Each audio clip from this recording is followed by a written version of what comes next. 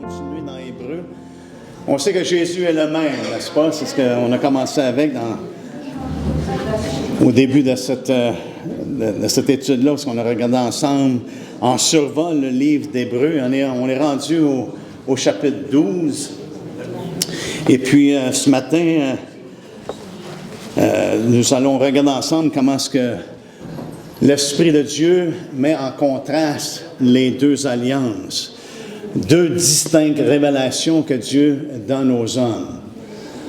Et puis, pour les Hébreux, c'était vraiment important, n'est-ce pas? Parce que la révélation qu'il a donnée au mont Sinaï, c'était leur plus grande révélation, qu'on pourrait dire. C'est pour ça qu'ils s'appuyaient toujours sur Moïse. Et lorsque le Seigneur parlait avec les Hébreux, les Juifs, il leur disait souvent, si vous croyez en Moïse, vous aussi croiriez en moi. Et puis là, ici, l'Esprit de Dieu met ces deux choses-là, je crois, en contraste, l'ancienne alliance et la nouvelle alliance. Et puis, ça a un élément non seulement d'importance, mais également, ça demande notre attention. Ça demandait l'attention des Hébreux. Il leur avait expliqué du début là, que Dieu parle. Dieu a parlé dans les temps passés et maintenant il parle par le Fils.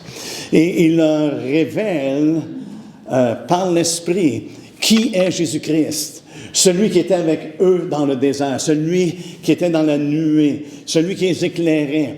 Jésus est le sacrificateur, le grand sacrificateur au-dessus de tous les autres. Pourquoi? Parce qu'il vit éternellement.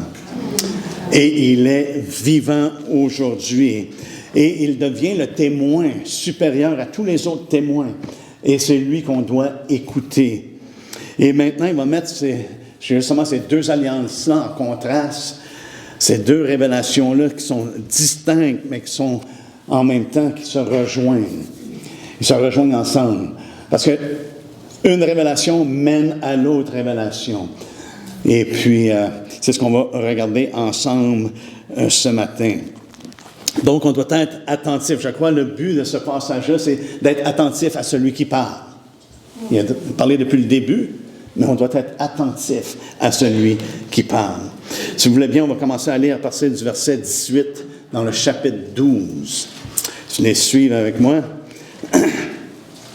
Ça nous dit, vous ne vous êtes pas approchés d'une montagne qu'on pouvait toucher et qui était embrasée par le feu, ni de la nuée, ni des ténèbres, ni de la tempête, ni du retentissement de la trompette, ni du bruit des paroles, tels que ceux qui l'entendirent demandant qu'il ne leur en soit pas adressé une de plus.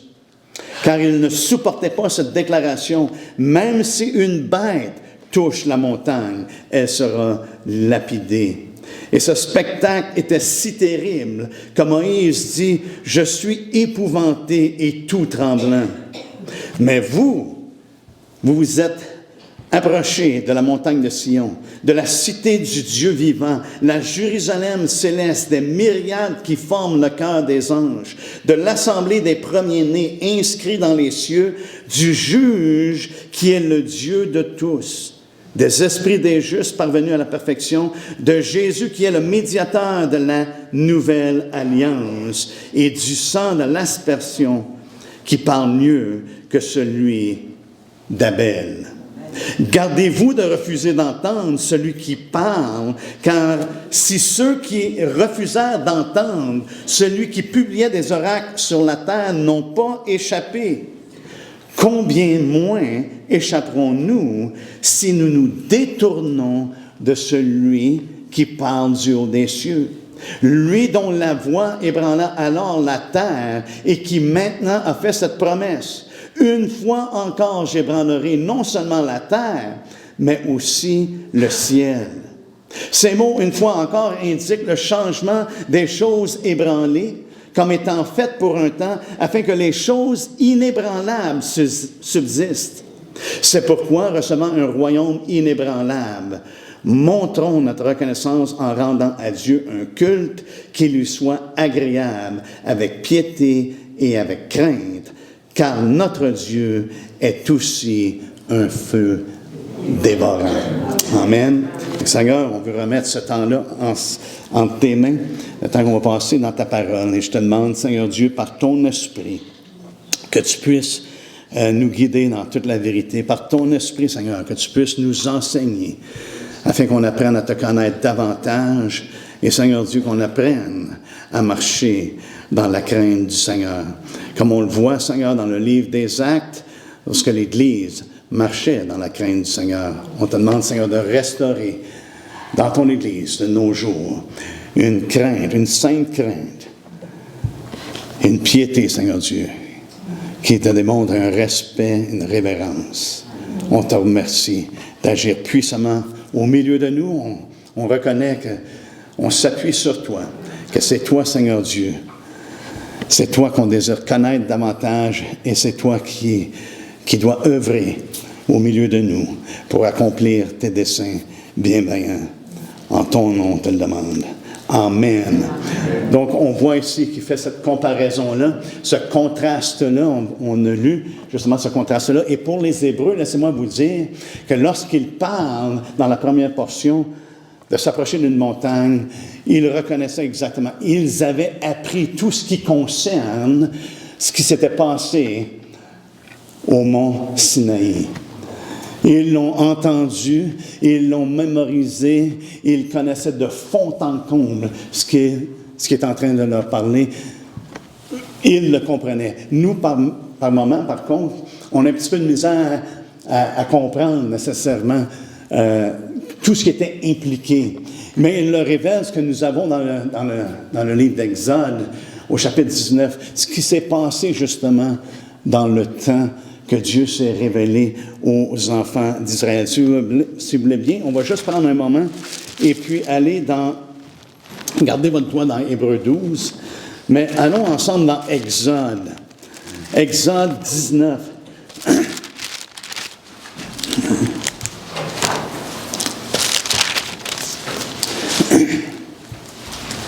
Une des choses que je pense qu'il est important de réaliser, c'est que le but que Dieu avait lorsqu'il leur révèle, c'est que les enfants d'Israël écoutent.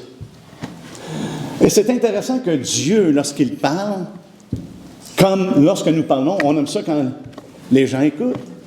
Hein? C'est une chose normale. Et Dieu voulait que son peuple écoute. Et puis... Moïse leur dit, vous avez vu tout ce que Dieu a fait pendant ce temps-là, pendant le temps depuis qu'on est sorti d'Égypte et tout ce qu'il a fait en Égypte, vous avez vu ce qu'il a fait. Et ça nous dit au verset 5, il dit maintenant, au verset 4, il dit, vous avez vu ce que j'ai fait à l'Égypte et comment, et c'est Dieu qui parle là, et comment je vous ai porté sur des ailes d'aigle et emmené vers moi. Maintenant, si vous écoutez, voyez-vous la condition ici? Si vous écoutez ma voix et si vous gardez mon alliance, vous m'appartiendrez en tous les peuples, car toute la terre est à moi. Vous serez pour moi un royaume de sacrificateurs et une nation saine. Voilà les paroles que tu diras aux enfants d'Israël. Moïse était en charge de communiquer ça aux enfants d'Israël, chose très importante. Mais du point de départ, Dieu parle, mais les hommes doivent écouter. Et si vous écoutez vraiment, si vraiment vous obéissez et vous soyez fidèles à mon alliance, voici ce que je vais faire. Vous allez m'appartenir. Et on voit ça reflété dans le Nouveau Testament. Pierre nous parle exactement de la même chose dans le Nouveau Testament. Nous sommes des sacrificateurs, n'est-ce pas? Nous sommes un peuple acquis. Hein? Nous sommes le peuple acquis, une nation sainte. Il applique exactement ce que Dieu a promis aux enfants d'Israël, ce qu'il a promis aux Hébreux. Il l'applique maintenant à l'Église, à ceux qui sont en Jésus-Christ. Hein? Et c'est pour ça qu'il veut les emmener à voir, je crois, que tout est accompli.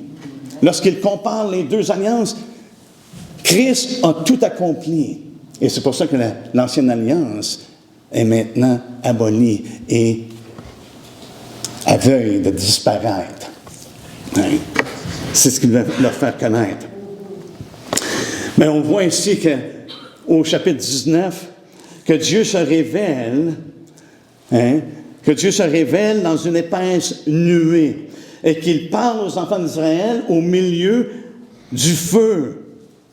Et ça nous dit au verset 18, le mont Sinaï était tout enfumé parce que l'Éternel y était descendu au milieu du feu. Cette fumée s'élevait comme la fumée d'une fournaise. C'était quelque chose de visible. Sa révélation, sa présence était visible. Il n'y avait pas d'image, mais elle était reconnue par la fumée. Le feu faisait en sorte qu'il y avait une nuée de fumée. Comme la fumée d'une fournaise, et toute la montagne tremblait avec violence. Le son de la trompette retentissait de plus en plus fortement. C'était personne qui jouait à la trompette. Ça venait des cieux. Là. Et ça nous dit, Moïse parlait et Dieu lui répondait à haute voix. Et là, il demande au sacrificateur. Lorsqu'on va au chapitre 20, après qu'il a donné la loi, les 10 commandements et toutes ces choses-là qui parlent au peuple, au verset 18 du chapitre 20, ça nous dit, tout le peuple entendait les coups de tonnerre et le son de la trompette. Il voyait les flammes de la montagne fumante. À ce spectacle, le peuple tremblait et se tenait dans l'éloignement. Ils dirent à Moïse, parle-nous toi-même et nous t'écouterons, mais que Dieu ne nous parle point de peur que nous ne mourions. Il dit, ce spectacle-là était si terrible. Et dans Hébreu, ça dit, même Moïse tremblait. Malgré que Moïse parlait avec Dieu, mais il parlait avec Dieu dans la crainte de Dieu. C'est pas comme aujourd'hui où c'est flippant. Les gens disent, ils rencontrent Dieu, et c'est tellement flippant. Et à chaque fois dans les Écritures que Dieu rencontre les hommes ont la face à terre et ils tremblent, même au point qu'ils pensent qu'ils vont mourir. Et ces gens-là pensaient que si Dieu continue à nous parler, nous allons mourir. Il dit, toi Moïse, vas-y. Dieu s'est révélé au peuple. Et regardez ce que ça nous dit. Ça nous dit ici... Moïse, au verset 20, Moïse dit au peuple, ne vous effrayez pas, car c'est pour vous mettre à l'épreuve que Dieu est venu. Et c'est pour que vous ayez sa crainte devant les yeux, afin que vous ne péchiez point. C'est comme si le Seigneur a révélé sa loi pour démontrer à quel point il est au-dessus. Sa pureté, sa grandeur, sa sainteté. Et afin qu'on le craigne, parce qu'on voit qu'on est tellement sous la mesure de Dieu, en dessous de la mesure de Dieu, Dieu dans toute sa grandeur, toute sa sainteté. C'est pour ça, lorsqu'Isaïe l'a vu, il dit, je suis un homme, malheur à moi, je suis un homme qui est avec des lèvres impures, et j'habite au milieu de gens qui ont des lèvres impures. Oh, malheur, malheur. Voyez-vous, lorsqu'on voit la sainteté de Dieu, lorsqu'on voit Dieu dans sa gloire et dans sa majesté, frères et sœurs, on n'est pas flippant, on n'est pas « wow ». Non. Ça nous amène à le craindre. Et c'est le but. C'est le but. Il dit, vous vous avez à l'épreuve. C'est pour ça qu'il est venu. Afin que vous ayez sa crainte devant les yeux. Afin que vous ne péchiez point. Au verset 21, ça nous dit, le peuple restait dans l'éloignement, mais Moïse s'approcha de la nuée où était Dieu. L'Éternel dit à Moïse, tu parleras ainsi aux enfants d'Israël, vous avez vu que je vous ai parlé depuis les cieux. Et pourtant, dans Hébreu, ça dit qu'il a parlé aux Hébreux de la terre. Est-ce qu'il a parlé des cieux ou parlé de la terre? Voyez-vous, il a parlé des cieux, mais il parlait à travers Moïse. Et Moïse était de la terre. Moïse était de la terre. Et ça me rappelle, lorsque je pensais à ça, ça me rappelle, est-ce que vous n'avez pas besoin de tourner, je vais juste vous le lire dans Jean 3. Ça nous dit qu'à propos de Jean-Baptiste, au verset 30, il dit « Il faut qu'il croisse et que je diminue. Celui qui vient d'en haut est au-dessus de tout. Celui qui est de la terre est de la terre. » Il parlait de lui-même maintenant. Celui qui est de la terre. Moïse était de la terre. Jésus était des cieux. Il est descendu des cieux. Celui qui vient d'en haut est au-dessus de tout. Celui qui est de la terre est de la terre. Il parle comme étant de la terre. Celui qui vient du ciel est au-dessus. Au-dessus de tout. Il rend témoignage de ce qu'il a vu et entendu, et personne ne reçoit son témoignage. Celui qui a reçu son témoignage a certifié que Dieu est vrai, car celui que Dieu a envoyé dit les paroles de Dieu, parce que Dieu ne lui donne pas l'Esprit avec mesure. Hein? Et regardez ce qu'il dit par la suite. Le Père aime le Fils et il a remis toutes choses entre ses mains. Celui qui croit au Fils a la vie éternelle. Celui qui ne croit pas au Fils ne verra point la vie, mais la colère de Dieu demeure sur lui. Parce que ça, c'est la différence entre l'ancienne et la nouvelle alliance. Ça met en lumière la colère de Dieu. Ça met en lumière le jugement de Dieu, le jugement juste de Dieu, hein, dans l'ancienne alliance. Mais il dit, je vous ai parlé depuis les cieux. Et il l'a fait à travers Moïse. Et mais une chose qu'on apprend également à propos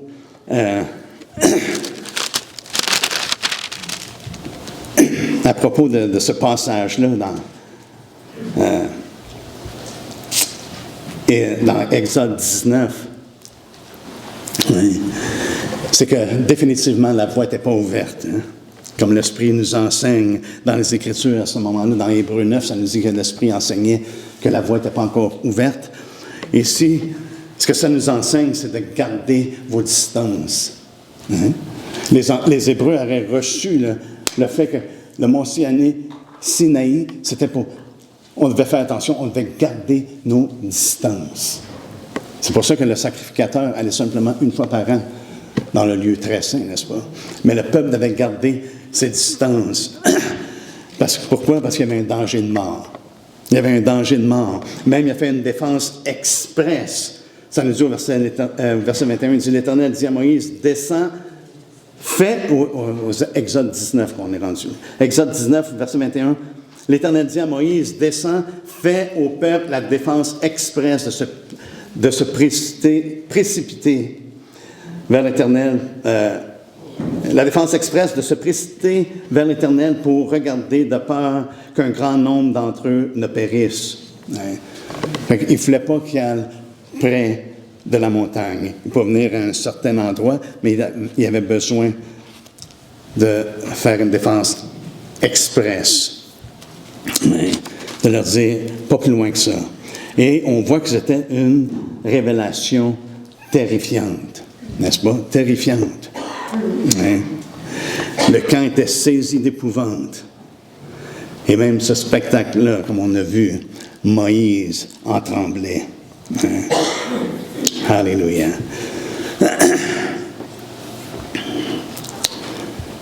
Et Dieu affirme qu'il avait fait la bonne chose de ne pas vouloir l'entendre parce qu'il allait mourir. Hein? Il affirme ces choses-là. Et c'est pour ça que Moïse était celui qui a intercédé pour le peuple. C'est lui qui a été emmené à parler au peuple. Donc, c'était de rester à distance. Hein? On va aller voir ensemble dans Deutéronome.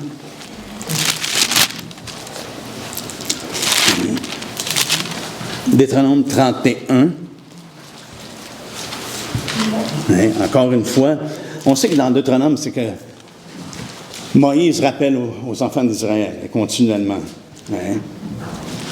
Et puis là, ça va être le passage de Moïse à Josué. Et puis, on va essayer d'aller à travers ça rapidement. Mais je m'identifie un peu avec Josué dans le sens, non pas que je la même appelle, mais dans le sens que ça devait être assez intéressant d'entendre le Seigneur dire ce qu'il disait au départ de son ministère. C'est lui qui allait emmener les enfants d'Israël dans la terre promise. Hein? Et puis, ça nous dit au verset 14. L'Éternel dit à Moïse, voici le moment approche où tu vas mourir. Appelle Josué et présentez-vous dans la tente d'assignation. Je lui donnerai mes ordres. Moïse et Josué allèrent se présenter dans la tente d'assignation et l'Éternel apparut dans la tente, dans une colonne de nuée. Et la colonne de nuée s'arrêta à l'entrée de la tente. L'Éternel dit à Moïse, « Voici, tu vas être couché avec tes pères, et ce peuple se lèvera et se prostituera aux dieux étrangers du pays au milieu duquel il entre. Il m'abandonnera et il violera mon alliance que j'ai traitée avec lui. En ce jour, ma colère s'enflammera contre lui, je les abandonnerai et je leur cacherai ma face. » Wow. Il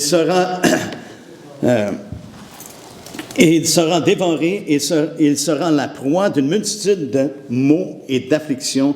Et alors il dira, n'est-ce point, parce que mon Dieu n'est pas au milieu de moi que ces maux m'ont atteint. Et moi, je cacherai ma face en ce jour-là à cause de tout le mal qu'il aura fait. En se tournant vers d'autres dieux, maintenant, écrivez ce cantique, enseigne-le aux enfants d'Israël. Ce matin, on a chanté des cantiques et des louanges au Seigneur, mais regardez le cantique qu'il veut qu'ils écrivent. Hein? Enseigne-le aux enfants d'Israël, mets-le dans leur bouche, et que ce cantique me serve de témoin contre les enfants d'Israël. C'est le cantique de Dieu envers son peuple. Hein? Me serve de témoin contre les enfants d'Israël, car je mènerai ce peuple dans le pays que j'ai juré, il va tenir l'alliance, à ses pères de lui donner, pays où coule le lait et le miel, il mangera, se rassasiera, s'engraissera, puis il se tournera vers d'autres dieux et les servira. Il me méprisera et violera mon alliance. Voyez-vous, les Hébreux étaient tout au courant de ça. Ils connaissaient exactement ce que le peuple avait fait. Et ici, l'attention, c'est que les Hébreux ne répètent pas la même chose. Hein? Mais ça nous dit, au verset 21, « Quand alors il sera atteint par une multitude de maux et d'afflictions, ce cantique qui ne sera point oublié et que la postérité aura dans la bouche. » Pensez-vous que les Hébreux, dans le temps de Jésus, avaient ce cantique-là dans la bouche?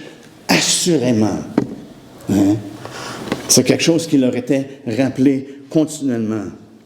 Je connais en effet cette disposition qui déjà se manifeste aujourd'hui, avant même que je les ai fait entrer dans le pays que j'ai juré de leur donner. En ce jour-là, Moïse écrivit ce cantique et il l'enseigna aux enfants d'Israël.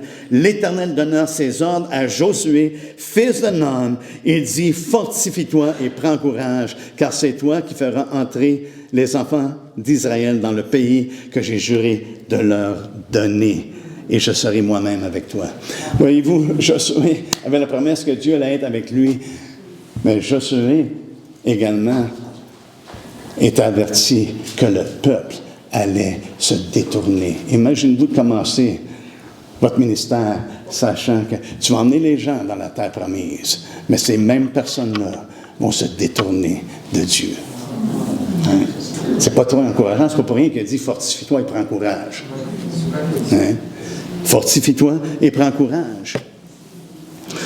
Ça nous dit au verset 24, lorsque Moïse eut complètement achevé d'écrire dans un livre les paroles de cette loi, il donna cet ordre aux Lévites qui portaient l'arche de l'alliance de l'Éternel. Prenez ce livre de la loi et mettez-le à côté de l'arche de l'alliance de l'Éternel, votre Dieu, et il sera là comme témoin contre vous, hein, contre toi.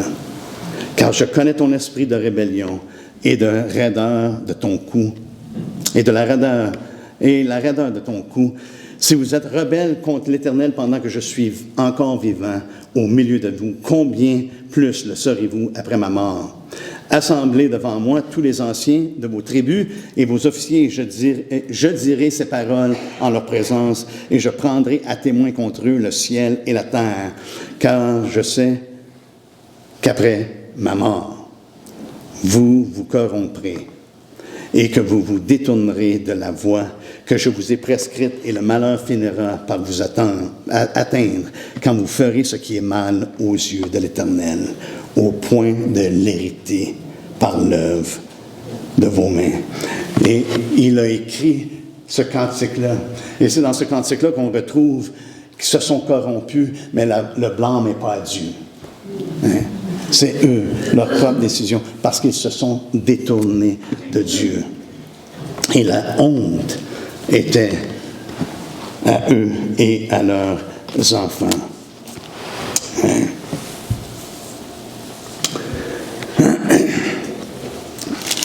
Il y a tellement qu'on pourrait emmener dans ce passage-là, mais il y a un verset 19 que j'aimerais amener votre attention. Au verset 18, ça dit « Tu as abandonné le rocher qui t'a fait naître, et tu as oublié le Dieu qui t'a engendré. L'Éternel l'a vu, et il a été irrité, indigné contre ses fils et ses filles. » Il a été irrité par leurs actions. Et puis on voit dans le passage, on a vu dans le passage au chapitre 10 dans Hébreu, qui va faire référence justement à ce passage-là dans Deutéronome 32. Au verset 34, il dit « Cela n'est-il pas caché près de moi, scellé dans mes trésors, à moi la vengeance et la rétribution, quand leur pied chancellera, car le jour de leur malheur est proche. Et ce qui les attend ne tardera pas. L'Éternel jugera son peuple, mais il aura pitié de ses serviteurs. » Il aura pitié de ses serviteurs.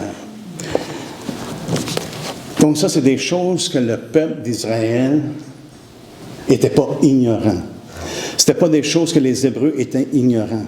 Et c'est pour ça qu'il met en contraste. Dans ce temps-là, il y a eu un jugement. Et Dieu s'est révélé et c'était pour amener une crainte dans le cœur du peuple. Et il devait rester à distance à cause de tout leur manquement qu'ils avaient. Et Dieu voulait les protéger. Il disait, allez pas proche de la montagne. Parce que non seulement, le peuple disait, si on entend encore des paroles de Dieu, on va mourir. Mais non seulement ça, mais si on essaie de s'approcher de nous-mêmes, nous allons également mourir. Dieu les avait avertis, c'était pour les protéger. Et maintenant, il fait le contraste avec la nouvelle alliance. Hein? Et ces personnes-là doivent réaliser à quel point la différence est grande et à quel point que c'est l'accomplissement de tout ce que Dieu avait dit à travers Moïse. Hein? Moïse avait déjà dit qu'il va y avoir un prophète qui va se lever. Hein? Et lui, vous devez quoi? L'écouter. C'est lui que vous devez écouter.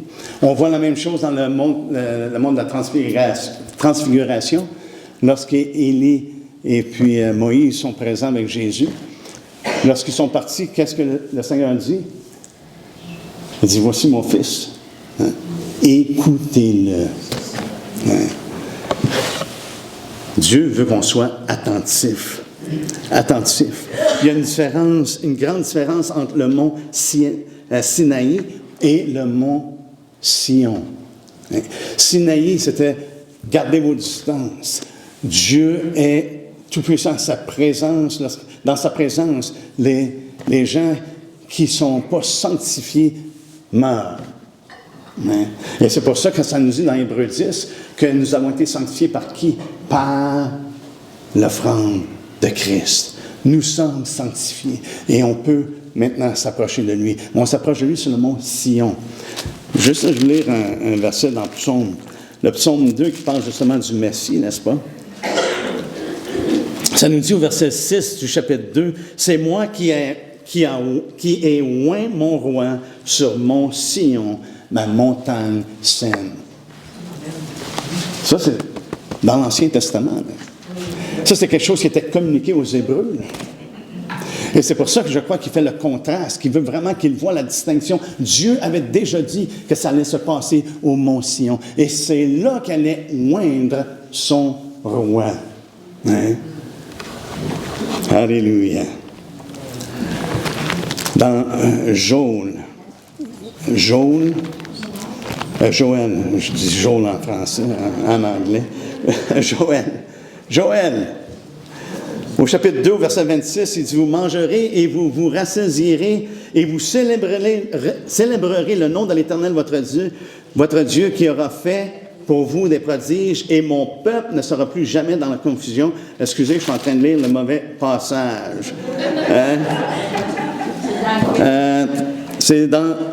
c'est au verset 32. J'ai lu le verset 27, mais c'est le verset 32. Ça nous dit, « Alors quiconque invoquera le nom de l'Éternel sera sauvés. Le salut sera sur la montagne de Sion et à Jérusalem, comme a dit l'Éternel, et parmi les réchappés que l'Éternel appellera. Le salut va être sur le mont Sion.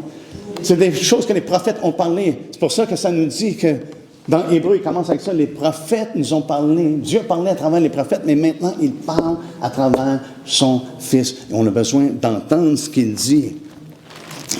Et on sait, lorsqu'il parle de la ville sainte, lorsqu'il parle de Sion et de Jérusalem, dans l'Apocalypse, ça nous parle justement de la nouvelle Jérusalem, n'est-ce pas, qui descend des cieux, qui descend de la présence de Dieu. Alléluia. Le message est complètement le contraire. Il dit, vous vous êtes approchés, au verset 22 du chapitre 12 d'Hébreu, vous vous êtes approchés de la montagne de Sion, de la cité du Dieu vivant. Voyez-vous, avant ça, vous ne pouviez pas vous approcher. Maintenant, il dit, vous pouvez vous approcher. C'est la différence du message. Un, c'est gardez vos distances, gardez-vous, restez éloignés. Et l'autre, c'est approchez-vous. Approchez-vous. Approchez-vous même, ça nous dit au chapitre 4 d'Hébreu, approchez-vous avec quoi? Avec assurance. L'assurance de la foi. Hein? Et c'est ce qu'il veut mettre au clair aux enfants d'Israël. Avant ça, il faut faire vraiment attention. Maintenant, on peut s'approcher de Dieu par Jésus-Christ. Et c'est important de le reconnaître. Et c'est important de voir la différence qu'il va emmener entre pour les Hébreux.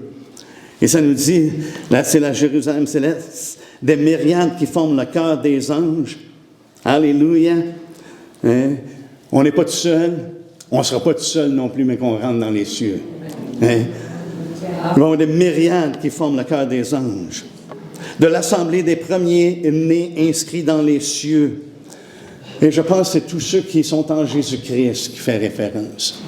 Parce que dans Luc, Jésus a dit de ne pas se réjouir du fait qu'on peut chasser des démons. Il dit, réjouissez-vous parce que votre nom est écrit dans les cieux. Les premiers-nés. Hein? Les premiers-nés. Non seulement nos noms, mais même Paul l'a dit aux Philippiens. Il parle des ouvriers qui étaient avec lui. Il dit, dont les noms sont écrits dans le livre de vie. Amen. Alléluia. Les premiers-nés. Hein? Les premiers-nés inscrits dans les cieux. Du juge qui est le Dieu de tous. Et on sait que le juge va faire ce qui est juste. Abraham le dit du point de départ, il dit, est-ce que le juge de toute la terre ne fera pas ce qui est juste? Hein? Et on va aller dans la présence du juge, le Dieu de tous. Hein? Des esprits des justes parvenus à la perfection. Ceux qui ont marché avant nous, avant la nouvelle alliance. Il y a des esprits des justes. Hein? Et au chapitre 11, il nous en donne un nombre de personnes qui ont marché par la foi, qui ont été justes par la foi, justifiées par la foi. Alléluia. De Jésus qui est le médiateur de la nouvelle alliance et du sang de l'aspersion, qui parle mieux que celui d'Abel. Pourquoi que le sang de Jésus parle mieux que celui d'Abel? Et c'est une chose qu'il voulait qu'ils comprennent. Pourquoi que le sang de Jésus parle mieux que celui d'Abel? Le sang d'Abel a crié pour la vengeance. Dieu a dit, j'entends le sang d'Abel quand il parle à Caïn. C'était un appel de vengeance. Mais le sang de Jésus appelle à la miséricorde. Hein? C'est un appel à la miséricorde de Dieu. Il parle beaucoup mieux, c'est Dieu qui nous fait miséricorde. Et que tous ceux qui croient en lui sont purifiés par le sang de l'offrande de Christ. Alléluia. Bien meilleur. Bien meilleur. Merci Seigneur. Et je crois que le but ici, c'est non seulement de mettre en comparaison, mais c'est pour emmener notre attention. C'est pour emmener l'attention définitivement aux Hébreux. Hein? Lequel des deux vous allez choisir? Un que vous ne pouvez pas vous approcher et qui rend témoin contre vous. Mais en même temps, c'était pour rendre témoin de Christ, comme Paul nous fait connaître. C'est un pédagogue pour nous emmener justement à avoir les yeux sur lui pour être sauvés par la grâce de Dieu. Hein? Et il nous dit au verset 25, il dit, « Gardez-vous de refuser d'entendre celui qui parle, car si ceux qui refusèrent d'entendre celui qui publiait des oracles sur la terre n'ont pas échappé. » Dieu s'est révélé et les gens ont refusé d'entendre ce que Dieu disait. Et ça nous dit ici, ils n'ont pas échappé. Est-ce qu'il y a eu des jugements? Est-ce que Dieu a jugé? Est-ce que Dieu a vraiment châtié le peuple? Hein? À maintes reprises, Dieu a agi. Ils n'ont pas échappé au jugement de Dieu. Ça nous dit combien moins échapperons-nous. Là, il parle encore aux Hébreux. Là. Il dit, voyez-vous, dans notre histoire, dans tout ce que Dieu a fait pour nous, on était appelés pour être une bénédiction dans le monde. C'est ce que Dieu les avait appelés. Il dit, je vais faire de vous un royaume de quoi? De sacrificateurs. Un sacrificateur médiateur. Il était un médiateur entre Dieu et les hommes. Il dit, je vais faire de vous un royaume de médiateurs. Il allait accomplir à travers eux ce qu'il avait promis à Abraham, que toutes les nations du monde allaient être bénies. Toutes les familles allaient être bénies à travers Israël. Il allait faire d'eux un royaume de médiateurs.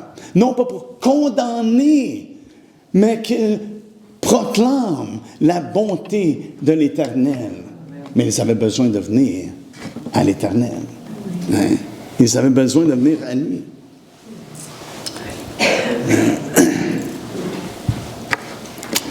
Combien moins échapperons-nous si nous nous détournons?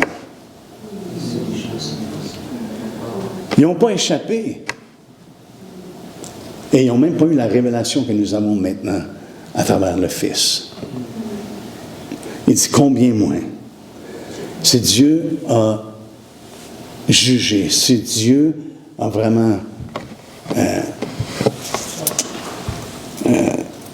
porté un jugement et châtié le peuple, au point qu'il y en a qui sont morts, il dit comment nous, si nous nous détournons, comment est-ce qu'on va échapper? Encore moins. Si nous nous détournons de celui qui parle du haut des cieux. Voyez-vous, Jésus est descendu des cieux et il a parlé aux hommes, il nous a parlé.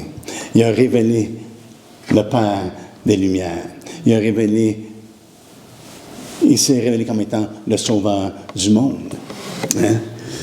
Et puis, il est retourné et il est assis à la droite du Père. Il parle du haut des cieux aujourd'hui. Mais il est descendu des cieux pour parler aux hommes. Mais il n'est pas resté sur la terre. Il n'était pas dans la terre, il était d'en haut. Et il est retourné en haut dans les cieux. Et il parle du haut des cieux. Lui dont la voix ébranla alors la terre et qui maintenant a fait cette promesse. Une fois encore, j'ébranlerai non seulement la terre. Souvenez-vous, les Hébreux, là, ils savaient qu'est-ce qui s'était passé là. Lorsque Dieu a ébranlé la terre. Ça l'a terrifié. Le spectacle était si terrifiant qu'il avait peur de mourir. Des éclairs, tremblements de terre et tout ce qui était associé avec la révélation de Dieu. Hein? Mais il dit non seulement qu'il va ébranler la terre, hein, mais aussi le ciel. Dieu va ébranler le ciel. Et on voit ça dans les Écritures. Pierre nous en parle. Il va y avoir un temps où ce que tout va être ébranlé.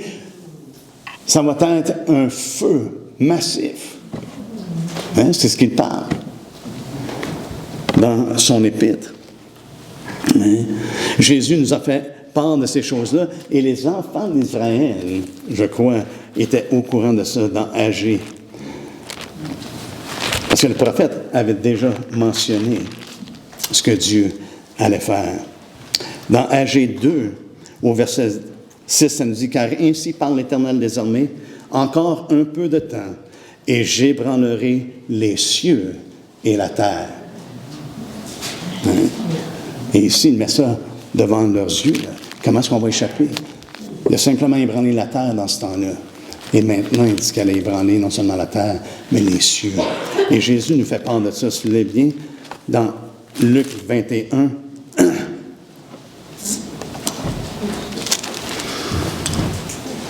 Voilà ce passage-là dans Luc 21 que lorsque Jésus fait référence à ça, au verset 25, ça nous dit « Il y aura des signes dans le soleil, dans la lune et dans les étoiles. Et sur la terre, il y aura de l'angoisse chez les nations qui ne sauront que faire. Au bruit de la mer et des flots, les hommes rendant l'âme de terreur dans l'attente de ce qui surviendra pour la terre, car les puissances des cieux seront ébranlées. » Jésus l'avait déjà dit. Agé l'avait déjà déclaré. Que Dieu allait ébranler non seulement la terre, mais également le ciel. Elle ébranler les cieux. Nous sommes en attente du retour du Seigneur. Mais lorsqu'il va lorsqu'il va revenir, tout va être ébranlé. Ce qui peut être ébranlé. Il va ébranler les cieux. Au verset 27, ça nous dit, ces mots, une fois encore, indiquent le changement des choses ébranlées, comme étant faites pour un temps, afin que les choses inébranlables subsistent. Afin que les choses inébranlables subsistent. Et là, il nous dit que nous avons reçu. C'est pourquoi, recevant un royaume inébranlable. On a reçu un royaume inébranlable. Nous recevons un royaume inébranlable. Et il y a deux choses au moins certaines à travers lesquelles on peut être rassuré. C'est que sa parole nous dit qu'elle demeure éternellement. Elle est inébranlable. On peut y faire confiance. Ce que Dieu nous a révélé, on peut y faire confiance. Mais dans 1er Jean également. Et ça, pour moi, ça me rassure. Dans 1er Jean,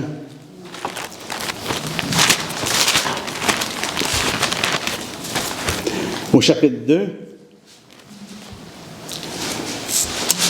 on va juste lire le verset 17 parce que le temps avance, et ça nous dit « Et le monde passe. » Et le monde passe, parce qu'il va être ébranlé. Et sa convoitise aussi, mais celui qui fait la volonté de Dieu demeure éternellement.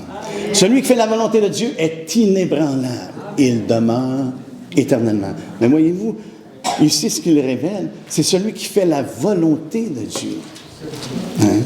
C'est pour ça que Jésus dit, c'est pas tout le monde qui va dire « Seigneur, Seigneur », qui vont nécessairement entrer dans le royaume de Dieu, mais c'est celui qui fait la volonté de mon Père. Il y a une grande différence entre simplement confesser « Oh Seigneur, Seigneur » et de marcher selon la volonté du Père. Et cette volonté-là, frères et sœurs, comprend qu'on renonce à soi-même, qu'on prenne notre croix et qu'on le suive. Ça fait partie de la volonté de Dieu. C'est ce que Jésus est venu nous révéler.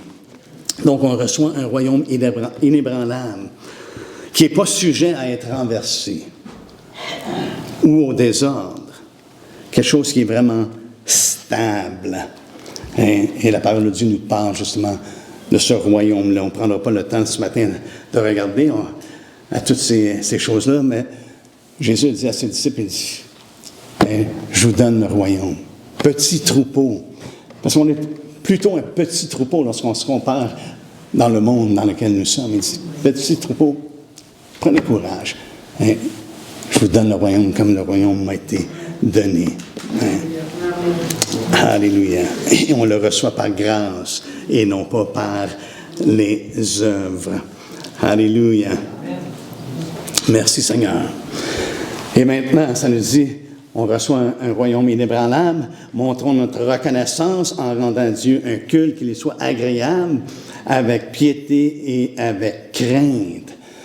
Et l'avertissement final.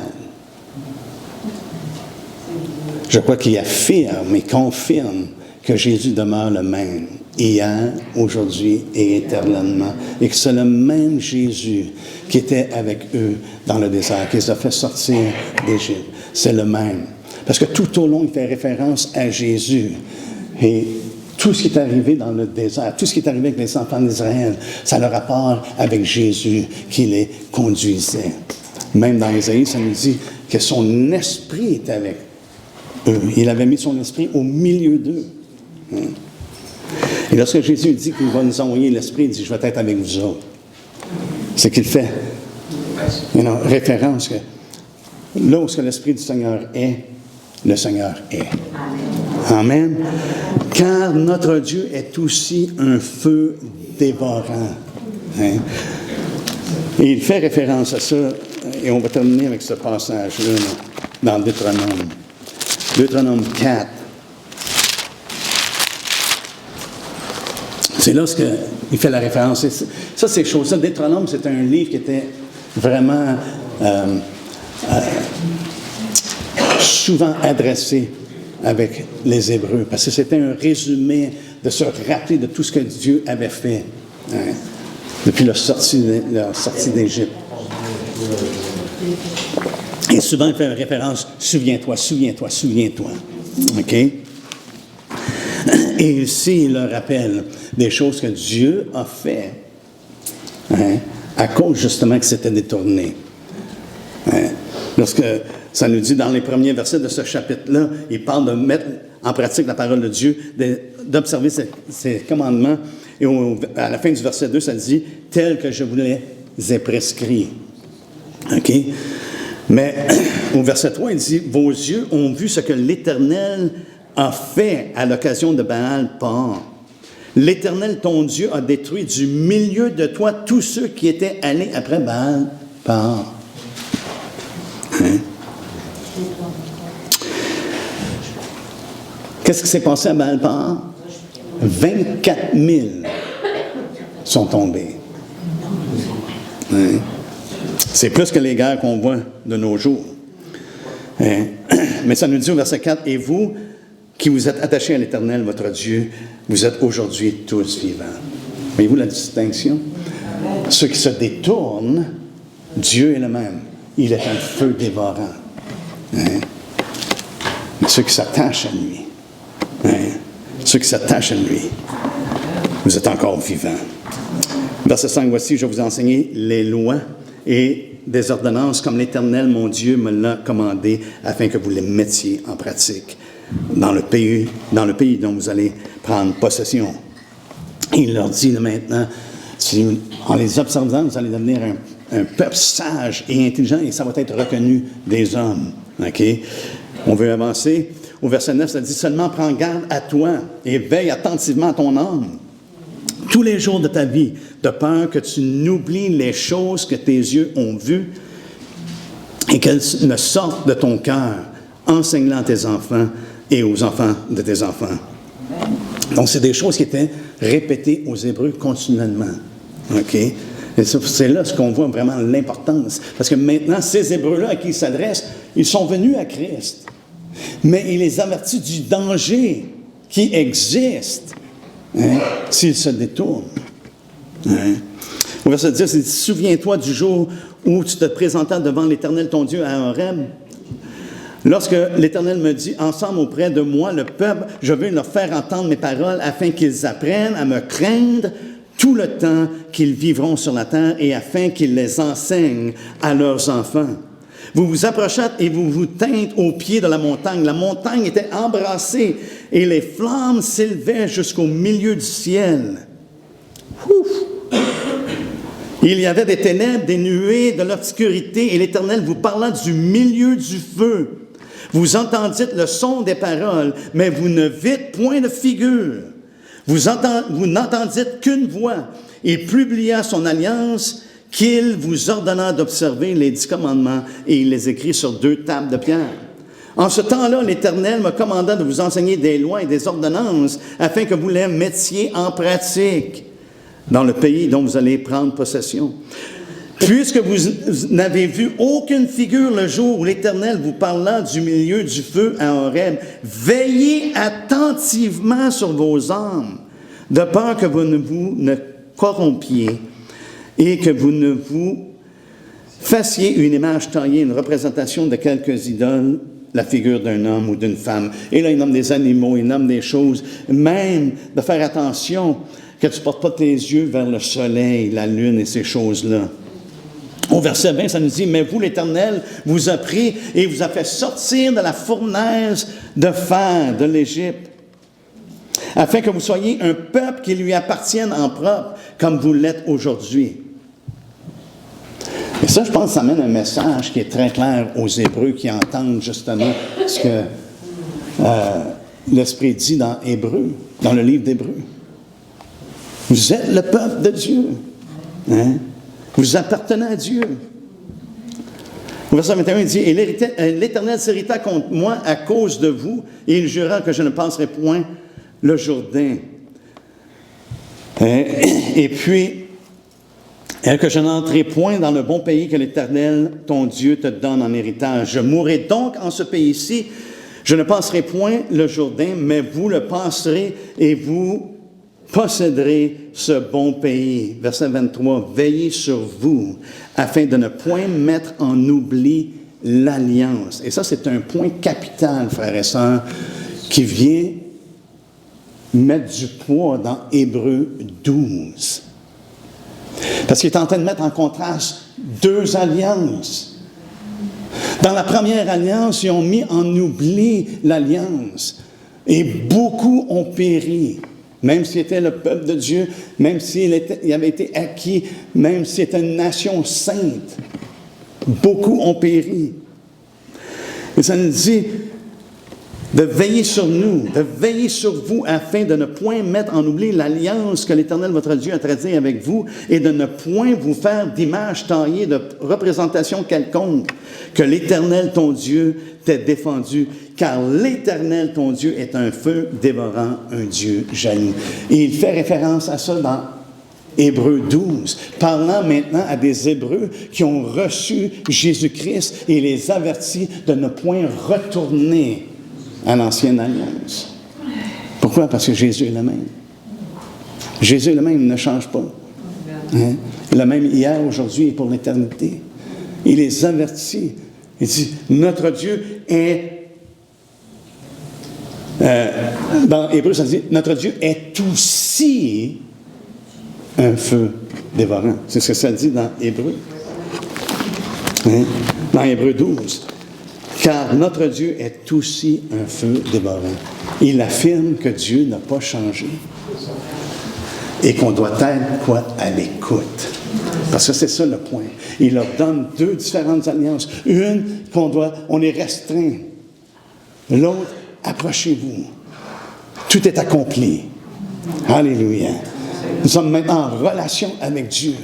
Mais rappelez-vous que notre Dieu est aussi un feu dévorant. Comme ils n'ont pas écouté et ils n'ont pas échappé, combien moins allons-nous échapper si on n'écoute pas, si on n'entend pas, si nous nous détournons de celui qui parle du haut des cieux.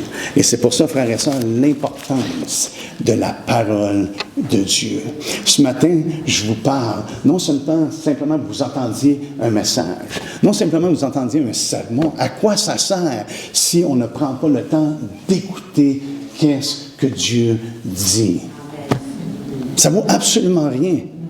Hein? On doit être attentif à la parole de Dieu. Voyez-vous, Dieu s'est révélé dans la nuée. Et ça nous dit que c'était comme une fournaise. Hein? Une fournaise qui brûlait.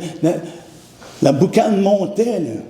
Aujourd'hui, on essaie de fabriquer la montagne la boucane avec des machines dans les églises. C'est une honte. Essayer de créer une atmosphère que Dieu se révèle, qui révèle sa présence. Frères et sœurs, lorsque Dieu se révèle, on n'a pas besoin de se questionner si Dieu s'est révélé. mais on doit avoir une oreille pour entendre. Et le même avertissement s'applique de nos jours. Gardez-vous de quoi? De refuser. Oh! C'était ça le gros problème. Ils ont refusé d'entendre. Et souvent, on voit ça de nos jours. On voit ça de nos jours où ce que les gens refusent d'entendre la parole de Dieu, refusent d'entendre le message de l'Évangile, refusent d'entendre que Jésus dit, à moins que vous preniez votre croix et que vous me suivez, vous ne pouvez pas être mon disciple. On refuse d'entendre qu'on doit aimer comme il nous a aimés. De démontrer ce même amour-là, les uns envers les autres. On refuse d'entendre qu'on fait partie d'un corps. Nous avons une obligation devant Dieu et devant les uns les autres, de s'aimer, d'être prêts à donner notre vie. Frères et sœurs, l'Évangile de nos jours a tellement dévié, nous sommes détournés de celui qui parle du haut des cieux. C'est ma conviction.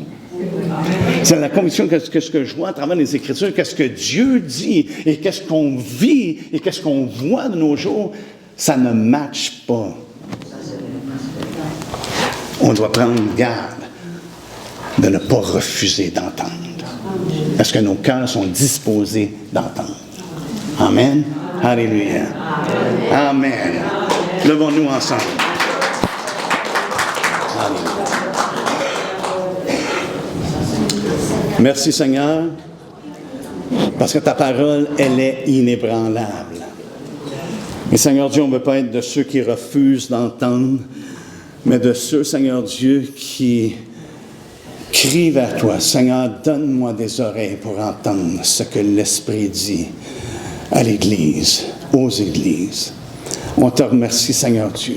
Dispose nos cœurs, afin, Seigneur Dieu, qu'on mette en pratique ta parole. Seigneur, ce qui a été dit aux enfants d'Israël est aussi valable de nos jours. Même Jacques le dit, qu'on ne soit pas des auditeurs oublieux, mais vraiment lorsqu'on entend la parole de Dieu dans le but de la pratiquer. Seigneur, on te rend grâce. On sait que tu ne nous laisses pas à nous-mêmes, mais que tu nous as donné ton esprit. Lui qui nous guide, qui nous conduit dans toute la vérité. Lui qui nous enseigne toutes choses. Par lui, nous pouvons tout faire. Par celui qui nous fortifie. Merci Seigneur. Merci que nous ne sommes pas seuls. Merci de nous remplir. Seigneur, nous crions à toi, remplis-nous de ton Esprit Saint. Et qu'on s'entretienne, Seigneur Dieu, avec la louange, avec les hymnes, des cantiques spirituels. Seigneur Dieu, que ton Esprit soit mis en évidence dans nos vies personnelles, mais au sein de l'Assemblée également. Alléluia. On ne veut pas imiter, Seigneur Dieu, on ne veut pas imaginer des choses. Mais on te demande, Seigneur, de venir et de remplir ce lieu de ta présence.